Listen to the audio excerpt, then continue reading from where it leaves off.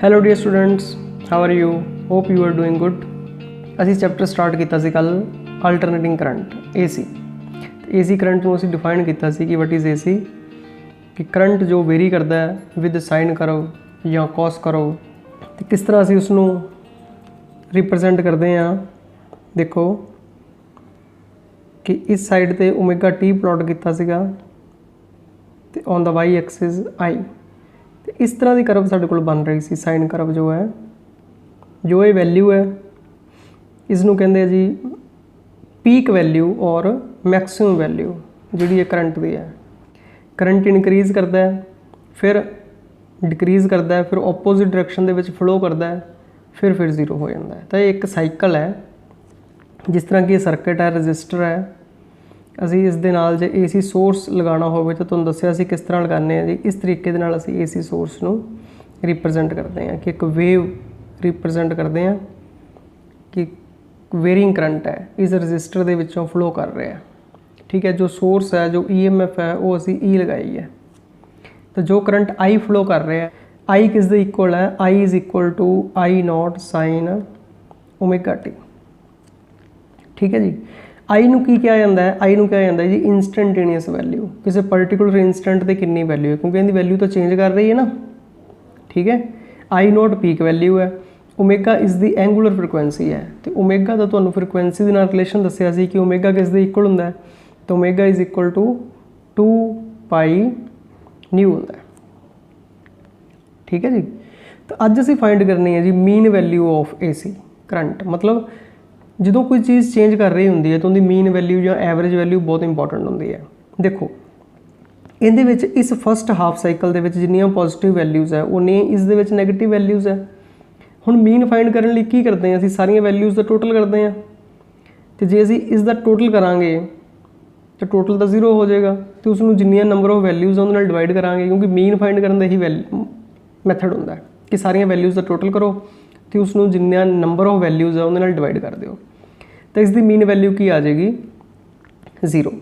ਤਾਂ ਜੋ AC current ਹੈ ਉਸ ਦੀ ਮੀਨ ਵੈਲਿਊ ਓਵਰ ਦਾ ਕੰਪਲੀਟ ਸਾਈਕਲ 0 ਹੋਏਗੀ। ਤਾਂ ਅਸੀਂ ਯਾਦ ਰੱਖਣਾ ਹੈ ਕਿ mean value of AC over complete cycle, ਤਾਂ ਇੱਕ ਕੰਪਲੀਟ ਸਾਈਕਲ ਹੈ 0 ਤੋਂ ਲੈ ਕੇ T ਟਾਈਮ ਪੀਰੀਅਡ ਦਾ, ਇਜ਼ 0। ਠੀਕ ਹੈ ਜੀ। ਫਿਰ ਅਸੀਂ ਇਸ ਦੀ ਜੋ ਐਵਰੇਜ ਵੈਲਿਊ ਹੈ ਉਹ ਅਸੀਂ ਹਾਫ ਸਾਈਕਲ ਤੇ ਕੈਲਕੂਲੇਟ ਕਰਦੇ ਹਾਂ, ਕਿਉਂਕਿ ਇਹ ਦੋਨੋਂ ਸਾਈਕਲ ਆਇਡੈਂਟੀਕਲ ਹੈ, ਸਿਰਫ ਕਰੰਟ ਦੀ ਡਾਇਰੈਕਸ਼ਨ ਚੇਂਜ ਹੋ ਗਈ। ਤਾਂ ਅਸੀਂ ਇਸ ਦੇ ਵਿੱਚ ਫਾਈਂਡ ਕਰਦੇ ਹਾਂ ਜੀ ਕਿ ਜੋ ਵੈਲਿਊਜ਼ ਵੇਰੀ ਕਰ ਰਹੀਆਂ ਉਸ ਦਾ ਮੀਨ ਕੀ ਹੈ, ਐਵਰੇਜ ਕੀ ਹੈ। ਠੀਕ ਹੈ, ਜੋ ਇਸ ਦੇ ਵਿੱਚ ਹੋਏਗਾ ਉਹੀ ਇਹਦੇ ਵਿੱਚ ਹੋਏਗਾ, ਬਸ ਡਾਇਰੈਕਸ਼ਨ ਆਪੋਜ਼ਿਟ ਹੋਏਗੀ ਕਰੰਟ ਦੀ। ਤਾਂ ਅਸੀਂ ਜੋ ਮੀਨ ਵੈਲਿਊ ਡਿਫਾਈਨ ਕਰਦੇ ਹਾਂ ਕਰੰਟ ਦੀ, ਉਹਨੂੰ ਹਾਫ ਸਾਈਕਲ ਦੇ ਉੱਪਰ ਡਿਫਾਈਨ ਕਰਦੇ ਹਾਂ ਕਿ ਉਹ ਸਰਕਟ ਦੇ ਵਿੱਚ ਕਿੰਨਾ ਚਾਰਜ ਸੈਂਡ ਕਰਦੀ ਹੈ। ਠੀਕ ਹੈ, ਤੇ ਇਸ ਨੂੰ ਕਿਸ ਤਰ੍ਹਾਂ ਡਿਫਾਈਨ ਕਰਦੇ ਹਾਂ? ਦੇਖੋ ਜੀ ਕਿ mean value of AC over ਦਾ ਹਾਫ ਸਾਈਕਲ, ਪਹਿਲਾਂ ਤਾਂ ਅਸੀਂ ਹਾਫ ਸਾਈਕਲ ਤੇ ਡਿਫਾਈਨ ਕਰਦੇ ਹਾਂ ਜੀ, ਮਤਲਬ ਸਿਰਫ ਇਸ ਪਾਰਟ ਦੇ ਵਿੱਚ ਜਾਂ ਇਸ ਪਾਰਟ ਦੇ ਵਿੱਚ। ਇਜ਼ ਦੈਟ ਸਟੱਡੀ ਕਰੰਟ, ਕਿ ਇਹ ਉਹ ਕੌਨਸਟੈਂਟ ਕਰੰਟ ਹੈ ਵਿਚ ਵੁੱਡ ਸੈਂਡ ਦਾ ਸੇਮ ਅਮਾਊਂਟ ਆਫ ਚਾਰਜ, ਕਿ same amount of charge flow ਕਰਵਾ ਰਿਹਾ ਹੈ ਸਰਕਟ ਦੇ ਵਿੱਚੋਂ as is sent by AC, ਜਿੰਨਾ ਕਿ AC ਨੇ ਫਲੋ ਕਰਵਾਇਆ in same circuit in same time, that is half cycle. ਠੀਕ ਹੈ, ਮਤਲਬ ਇਸ ਨੂੰ ਅਸੀਂ ਇੱਕ ਸਟੱਡੀ ਕਰੰਟ ਦੇ ਨਾਲ ਕੰਪੇਅਰ ਕਰ ਰਹੇ ਹਾਂ ਜਿਹੜਾ ਕਿ same amount of charge circuit ਦੇ ਵਿੱਚ ਸੈਂਡ ਕਰ ਰਿਹਾ ਹੈ ਇਨ ਦਾ ਸੇਮ ਸਰਕਟ ਇਨ ਦਾ ਸੇਮ ਟਾਈਮ।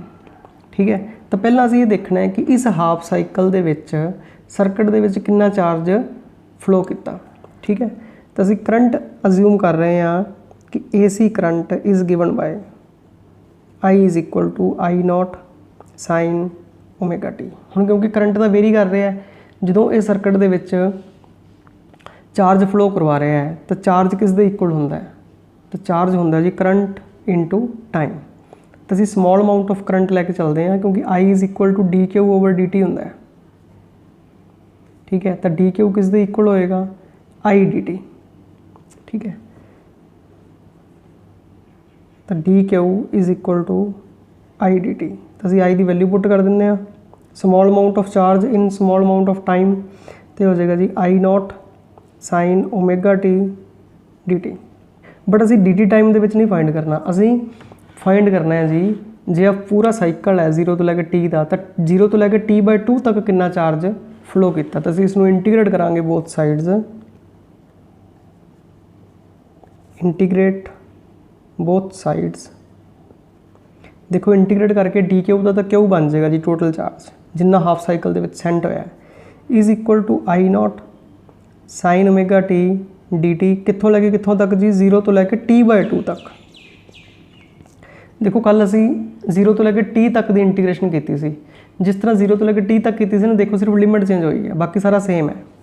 तो क्यू किस दे इक्वल हो जाएगा जी आई नॉट कॉन्स्टेंट है जी बाहर आ जाएगा, ठीक है, अंदर की रह जाएगा sine omega T D T 0 to t/2, ठीक है। साइन ओमेगा टी की इंटीग्रेशन की होएगी हुण साइन ओमेगा टी की इंटीग्रेशन तुहानूं दस्सिया सीगा जी minus cos omega T over omega from 0 to t/2, ठीक है।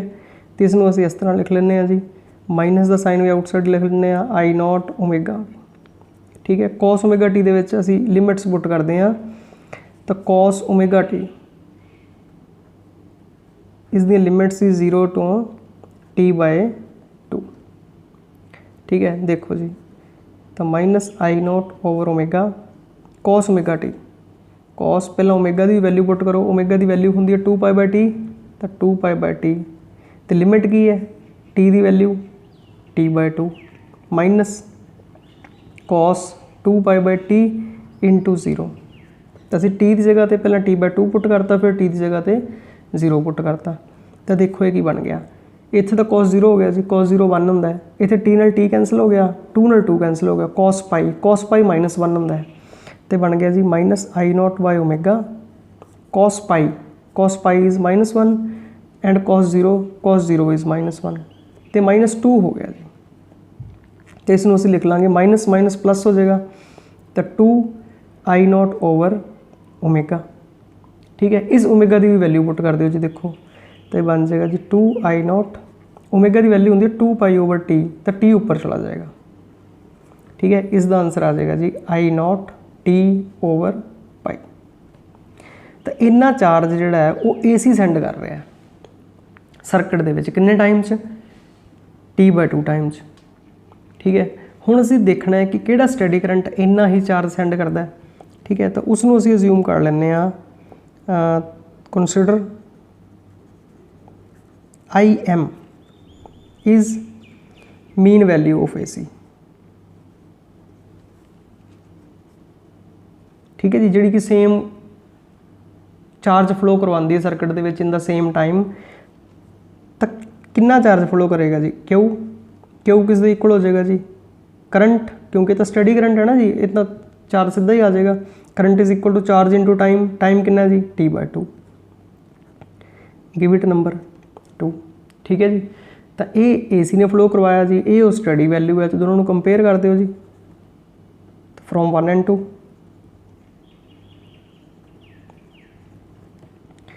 IM इंटू t/2 किस दे इक्वल हो जाएगा जी I not into T over pi, T नाल टी कैंसल हो जाएगा।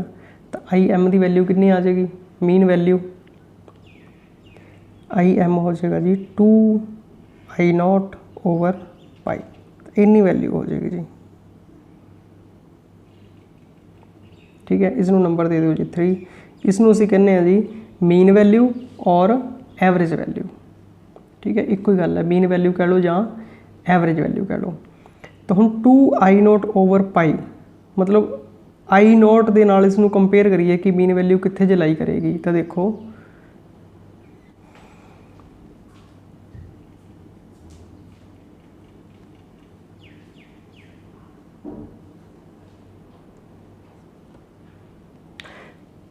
तो देखो जे असीं 2 नूं पाई नाल डिवाइड कर दिंदे तो बन जाएगा 0.636 आई नॉट, ठीक है। जे असीं इस ग्राफ नूं फाइंड करिए मतलब 63% ऑफ आई नॉट कित्थे जे वैल्यू लाई करती है, देखो तो ये आई नॉट है 0.6 इहदा इत्थे जे लाई करेगा जी, हाफ तो थोड़ा जिहा उपर। तो इत्थे जे IM की वैल्यू मीन वैल्यू इन्नी को होएगी जी लगभग।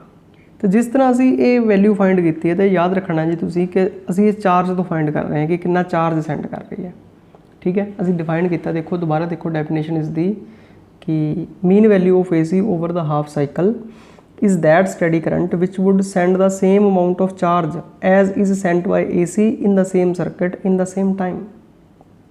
ठीक है जी, कितना टाइम, हाफ साइकिल। समझ लग गई। तो ये सीगा G mean value of AC या एवरेज वैल्यू ऑफ AC। इस तरीके नाल असीं फाइंड कर सकते हैं mean value of AC EMF या AC वोल्टेज। ठीक है, उनके लिए की करना पएगा कि सिर्फ स्टार्टिंग चेंज होएगी जी। मैं तुहानूं दसदा, हिंट दिना तुहानूं, तुसीं अपने आप सॉल्व कर लिया जी। तो जे असीं mean value of AC voltage calculate करनी है, देखो फिर की करांगे असीं सिर्फ स्टार्टिंग, पहली गल तो जो डेफिनेशन है उहदे विच करंट की जगह तो असीं की कर देंगे वोल्टेज कर देंगे या EMF कर देंगे। ठीक है, असीं स्टार्टिंग लैके चलांगे E is equal to E0 sin omega t तो। ठीक है, करना इस तो करंट फाइंड ही है, तो करंट किस दे इक्वल हो जाएगा, I is equal to E/R, तो ये हो जाएगा जी E0 sin omega t over R। ठीक है, मतलब हुण करंट की ये वैल्यू यूज होएगी जी। फिर जो DQ is equal to I dt करांगे, किस दे इक्वल हो जाएगा, E0 over R sin omega t dt, मतलब ये I0 ही है। ठीक है ना, पीक वैल्यू, क्योंकि ये पीक वैल्यू ऑफ EMF है। तो हुण जिथे सारा अपने को बाहर I0 आ रहा सी, इसकी इंटीग्रेशन करांगे उत्थे E0/R आई जाएगा। ठीक है, सिमिलरली इसनू इंटीग्रेट करांगे, जो असीं इसनू सॉल्व करांगे, ठीक है जी, ऑन इंटीग्रेटिंग बोथ साइड्स। ठीक है जी, ऑन सॉल्विंग की बन जाएगा, Q अपने को आ जाएगा E0/R इंटू T ओवर पाई। ठीक है जी, इसनू नंबर 1 दे देंगे। तो जिहड़ी EM है, if EM is mean value of AC voltage,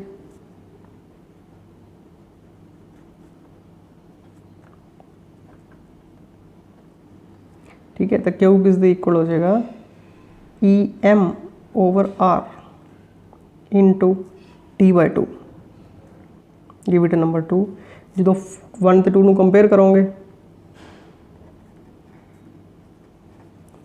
तो EM की वैल्यू बन जाएगी 2E0 over pi is equal to 0.636 E0। Same value जो असीं पहलां फाइंड की है जी करंट लई। तो मैं शॉर्ट दे विच कीता जी, तुसीं इसनूं कंप्लीट कर सकते हो। तुहानूं कुछ भी पूछा जा सकता है, mean value of AC current या mean value of AC voltage, तो असीं इस तरीके दे नाल कर सकते हैं। तो वेरिंग क्वांटिटीज़ जितना करंट वेरी कर रहा है, उहदे विच एक होर बहुत इंपॉर्टेंट वैल्यू होंदी है जी, रूट मीन स्क्वायर वैल्यू। तो RMS वैल्यू इसनूं असीं कहने आ रूट मीन स्क्वायर।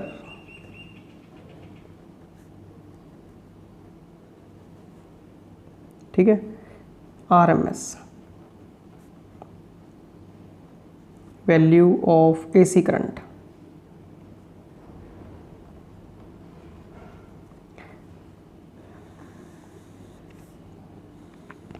देखो जो AC सर्किट दे विचों फ्लो करता है, तो जो हीट प्रोड्यूस होंदी ना सर्किट दे विच, तो वो हीट जिहड़ी है जाउल्स हीटिंग इफैक्ट के अकॉर्डिंग वो I स्केयर के प्रपोर्शनल होंदी है। H इज़ इक्वल टू जिहड़ा हीटिंग इफैक्ट ऑफ करंट है, जे असीं H की वैल्यू देखीए तो H is equal to I square RT होंदी है, जे स्टडी करंट की असीं गल कर रहे हैं।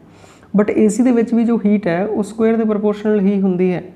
ठीक है ना, तो इसलिए इत्थे रूट मीन स्क्वायर वैल्यू ज़्यादा इंपॉर्टेंट हो जाती है कि जिहड़ी असीं रूट मीन स्क्वायर वैल्यू के अकॉर्डिंग उसदे विच करंट जो हीट है वो प्रोड्यूस करता है।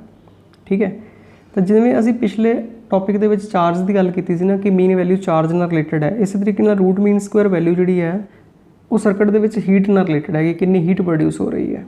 ठीक है, सपोज उस तरीके दे नाल ही जिवें अपने कोल एक रजिस्टर है तो उहदे नाल एक AC सोर्स लग्या होया है।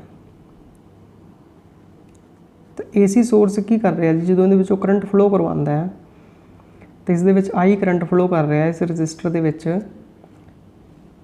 तो I किस दे इक्वल है, I is equal to I0 sin omega t।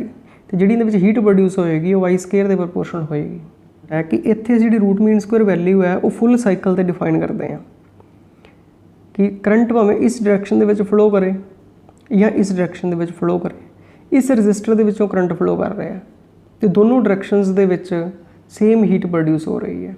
ठीक है, तो इत्थे असीं फिर हाफ साइकिल के उपर कैलकुलेट करने की जरूरत नहीं, क्योंकि ये जीरो नहीं होएगी, हीट कैंसल नहीं होएगी। ठीक है ना। तो इसनों असीं फुल साइकिल तो डिफाइन कर सकते हैं 0 तो लैके t तक। तो root mean square value of AC, the root mean square value of AC is that steady current which would produce same amount of heat as is produced by AC in same circuit in same time। कितना time जी? That is full cycle. तो important easy है जी साढ़े वास्ते कि full cycle के उपर गल करिए, ठीक है ना। तो हुण हीट प्रोड्यूस्ड असीं कैलकुलेट करते हैं। देखो करंट किस दे इक्वल है? I is equal to I0 sin omega t. तो हम जो हीट प्रोड्यूस्ड असीं फाइंड करांगे, क्योंकि करंट तो वेरी कर रहा है तो हीट भी वेरी करेगी करंट के वेरी करने दे नाल, इसलिए असीं पहलां small amount of heat find करांगे। तो DH असीं फाइंड करते हैं जी हीट। तो DH is the heat produced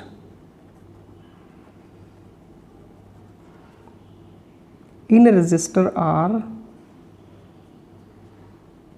in time dt। तो DH किस दे इक्वल होएगी? DH इज़ equal to I square R ते dt। जिवें असीं फॉर्मूला दस्सिया सीगा जी जाउल्स हीटिंग इफैक्ट दा I स्क्वायर R T, तो I square R dt। I दी वैल्यू पुट कर दिओ जी इक्वेशन नंबर 1 चों। तो DH किस दे इक्वल हो जाएगा? I0 square sine square omega T R ते dt। इसनूं इंटीग्रेट कर दिओ जी both sides to find total amount of heat in full cycle. Integrate both sides. तो इंटीग्रेट करके की बनेगा? DH की इंटीग्रेशन H बन जाएगी जी। तो I0 स्क्वायर कॉन्स्टेंट है जी, R कॉन्स्टेंट है, बाहर आ जाएगा जी, पहले ही बाहर लिख लेने हैं। अंदर आ जाएगा जी sine square omega T dt। Integrate करांगे जी फ्रॉम 0 टू t। ध्यान रखिया जी पहला असीं हाफ साइकिल ते इंटीग्रेट कर रहे सी, हुण असीं फुल साइकिल ते इंटीग्रेट कर रहे हैं, ठीक है जी। तो साइन स्क्वायर ओमेगा टी की इंटीग्रेशन कल तुहानूं दस्सिया सी कि किवें करनी है जी, ठीक है। मैं साइड ते करके भी दिखा रहा तुहानूं कि साइन स्क्वायर फंक्शन है तो असीं इसकी इंटीग्रेशन डायरैक्ट नहीं कर सकते। असीं इसनूं की करांगे जी 1 minus cos 2 omega T over 2 dt दे विच ब्रेक कर लांगे 0 टू t, ठीक है। फिर 1/2 dt की असीं अलग करती सी, 1/2 बाहर आ गया सी, 0 टू t dt तो माइनस 1/2 बाहर तो कॉस 2 ओमेगा टी ओवर 2 तो नाल dt, ठीक है। दस्सिया सी कि इहदी इंटीग्रेशन 0 हो जाती है जी, तो 1/2 dt की इंटीग्रेशन t हो जाती है, तो आंसर आ जाता जी t/2। समझ लग गई जी। तो t/2 इंटीग्रेशन आएगी जिसकी जो असीं इसनूं सॉल्व करांगे तो h की वैल्यू बन जाएगी h is equal to I0 square R into t/2। Give it number 2, ठीक है। डिटेल लई तुसीं पिछला टॉपिक देख सकते हो जी, ठीक है, कि किस तरह असीं इसकी इंटीग्रेशन सॉल्व की सी। हुण मैं डिटेल दे विच नहीं कर रहा, तो तुसीं इसनूं चैक कर सकते हो। हुण असीं स्टडी करंट की गल करनी है जिहड़ा same amount of heat produce करता है। तो let IRMS is the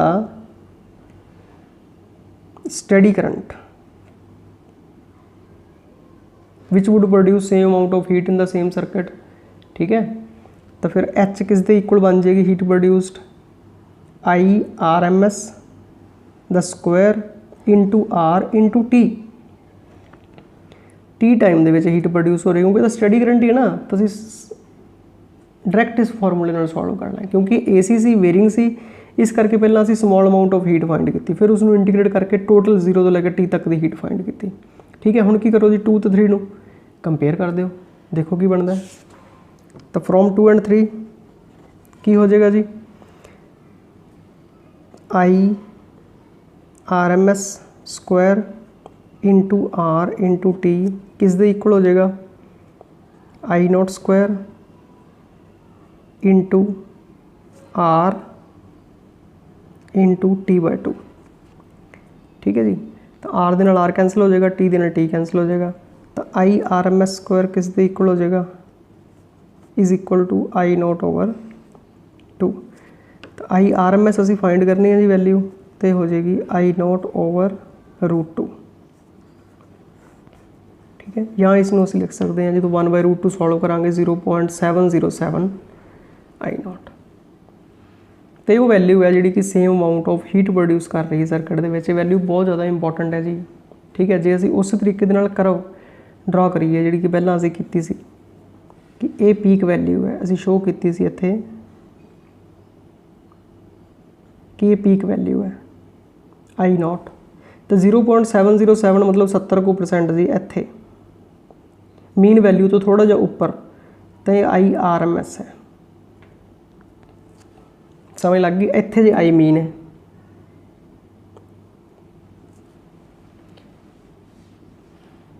तो मीन वैल्यू तो थोड़ी जी ज़्यादा वैल्यू है जी। ठीक है, तो ये सीगा जी root mean square value of AC। तो जे इस तरीके दे नाल सानू फाइंड करना पवे RMS value of AC voltage, तो असीं की करांगे जी डेफिनेशन दे विच सब तो पहला तो करंट की थां ते वोल्टेज कर देंगे। तो स्टार्टिंग भी असीं इत्थों करांगे जी E = E0 sin ω/t तो इत्थों असीं करंट फाइंड कर लांगे जी E/R, तो हो जाएगा E0/R sin ω/t। हुण बस असीं करंट की जगह तो रिलेशन यूज़ करांगे, बिल्कुल क्लीयर है कि I0 है। ठीक है, बस अपना रिजल्ट E दे विच आई जाएगा। तो जी हीट प्रोड्यूस्ड है वो कितनी आई सी इंटीग्रेट करके।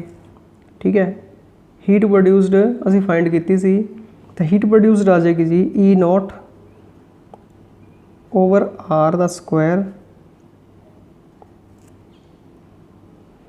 इंटू R इंटू T/2 जी। तो ये सॉल्व करके इंटीग्रेशन करके इन्ना आ जाएगा, मतलब R नाल एक R कैंसल हो जाएगा, तो बन जाएगी जी E0/R इंटू T/2। तो ये तो होगी जी AC ने जिन्नी प्रोड्यूस की, ये होगी जिन्नी स्टडी करंट ने। तुसीं पूरा आर्टिकल कर सकते हो जी उस तरीके नाल ही जिवें मैं पहला कीता सी, तो सेम टू सेम तुसीं इसनूं कंप्लीट कर सकते हो। ठीक है, ये सारी इंटीग्रेशन तुसीं अपने आप सॉल्व कर सकते हो कि आई असीं फाइंड कर लिया।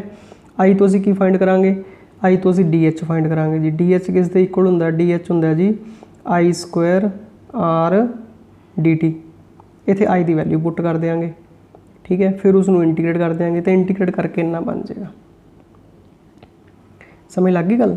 फिर असीं स्टडी EMF अज्यूम करांगे, फिर असीं अज्यूम करांगे जी ERMS is the study voltage which would produce the same amount of heat in the same circuit in same time.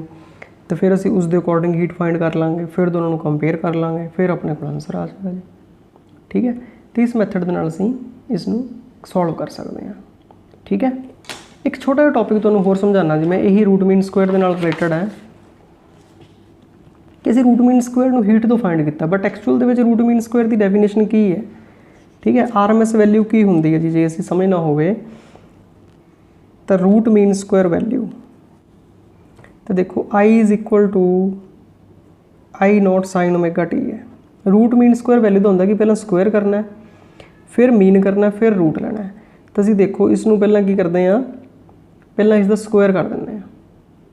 ठीक है, मतलब जो ये वैल्यू है, जे असीं RMS वैल्यू फाइंड करनी है इसकी, तो वो की होएगी, पहला इसका स्क्वायर कर दो, तो I0² sin² ω/t स्क्वायर हो गया। फिर इसका मीन करो, मीन करने वास्ते टोटल वैल्यू फाइंड करनी पैनी है। टोटल वैल्यू इंटीग्रेट करके फाइंड होएगी 0 to T। समझ लगी, 0 to T तक इंटीग्रेट करता, नाल dt लगा के इंटीग्रेट होएगा। तो एक ही हो गया, मीन हो गया, टोटल हो गया, सॉरी। ठीक है, टोटल नूं जे तुसीं टोटल नंबर ऑफ वैल्यूज़ नाल डिवाइड कर दिंदे हो, तो 1/T नाल असीं डिवाइड करता, तो की हो गया, तो मीन हो गया। ठीक है, तो जे सारे दे उपर असीं की कर दिंदे आ, पावर 1/2 कर दिंदे आ, तो रूट मीन स्क्वायर वैल्यू होगी किस दी, root mean square value of AC current दी। ठीक है, इस तरह तुसीं EMF दी भी फाइंड कर सकते हो, एक लाइन च आंसर आ जाएगा जी। क्योंकि हुण देखो जो असीं इसनूं सॉल्व करांगे तो 1/T I0² कॉन्सटेंट है जी, बाहर आ जाएगा। ठीक है, अंदर की रह जाएगा 0 to T sin² ω/t dt the power 1/2, सारा कुछ होम ही चलाई जाओ। ठीक है, 1/T I0², इस दी इंटीग्रेशन सानू पता है जी T/2 होंदी है, sin² ω/t dt the 0 to T integration 1/T/2 होंदी है ना, तो T नाल T कैंसल जी, I0²/2 दा 0 कित्थों लगाती आपां, पावर ਲਿਮਿਟ ਥੋੜੀ ਸੀਗੀਆਂ ਇਹ ਸੀਗੀ ਪਾਵਰ। ਤਾਂ आई नोट स्क्वायर ओवर 2 रह गया। तो आई नोट स्क्वायर का रूट की हो गया आई नोट, 2 का रूट की हो गया √2। तो इस तरीके के नाल असीं IRMS फाइंड कर सकते हैं या ERMS फाइंड कर सकते हैं कि रूट मीन स्क्वायर वैल्यू हुंदी की है। समझण की जरूरत है कि सब तो पहला स्क्वायर किया वैल्यू का, जी वैल्यू है उनका स्क्वायर करता I not square sine square omega T. फिर उसका मीन फाइंड करने लिए टोटल किया 0 to t टोटल हो गया, तो 1/t ने डिवाइड करता तो मीन आ गया। फिर उसनों की करता जी रूट करता। तो रूट मीन स्क्वायर वैल्यू का मतलब होंदा है स्क्वायर मीन रूट। एक्चुअल दे विच पहला स्क्वायर करीदा फिर मीन करीदा फिर रूट लईदा। तो ये बहुत ईजी मैथड है। जो तुसीं इस मैथड नाल करना चाहो तो तुहाडे कोले बिल्कुल सिंपल मैथड दे नाल, जे तुसीं इसनूं हीट फ्लो तो डिफाइन नहीं करना चाहते, डायरैक्ट RMS की वैल्यू तो डिफाइन करना चाहते हो, तो IRMS is equal to I naught over √2। Similarly असीं कर सकते हैं जी ERMS is equal to E naught over √2। मतलब ई वाली इक्वेशन लेके चल पो। ठीक है, तो आई होप कि टॉपिक तुहानूं समझ लग गया होएगा। ठीक है, so all the best, have a nice day.